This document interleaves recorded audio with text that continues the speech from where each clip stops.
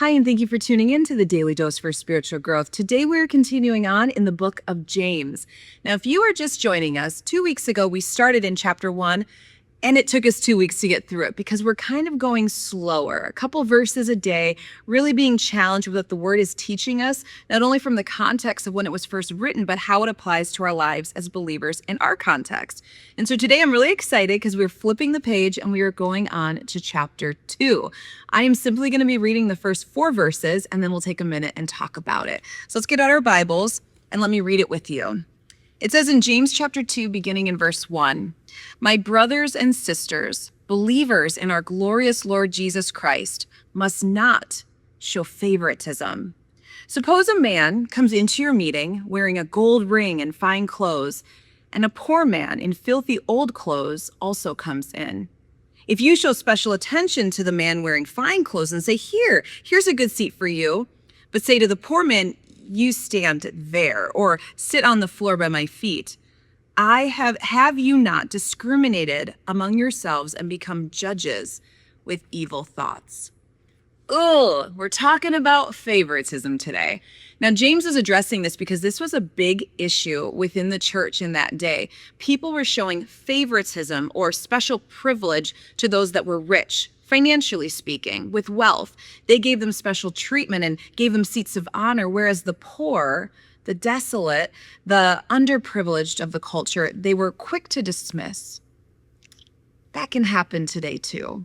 You see, even in our culture today, we can be quick to show honor, show respect, to want to be around people that can benefit us, people that we consider similar to us. And in essence, we can also do the exact opposite for people that we don't think fit that bill. And so the thought today is, how do I deal with this issue of favoritism in our everyday life? We're going to get into this in more depth in the days to come as the passages continues to talk on it. But let's just take today and think about it. Do you think that you show favoritism? Do you tend to give special attention, special privilege, special honor to people in your life that you think can benefit you, that they can help you, that they have something that you want? Are you quicker to do good to people that can reciprocate versus doing good for people who can't? Now, obviously here James is using the example of the wealthy and the poor, so let's just take that example. Are you quick to help people in need?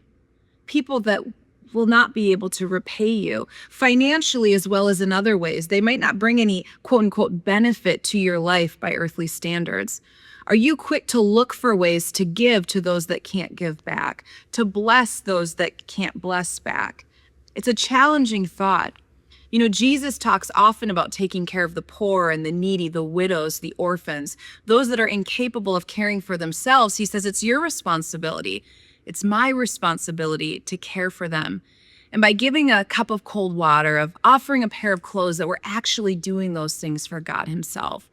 And so today, take an inventory of your life. Who do you tend to spend the most of your time with? Who do you tend to go out on a limb for, to go out of your way to help or to honor, to give special attention to? It might just reveal some areas of your life. It might just reveal some areas of my life that I can grow. God is speaking through James here to you and me. And he's saying amongst believers, amongst my followers, amongst people who say they're Christians, there should be no favoritism.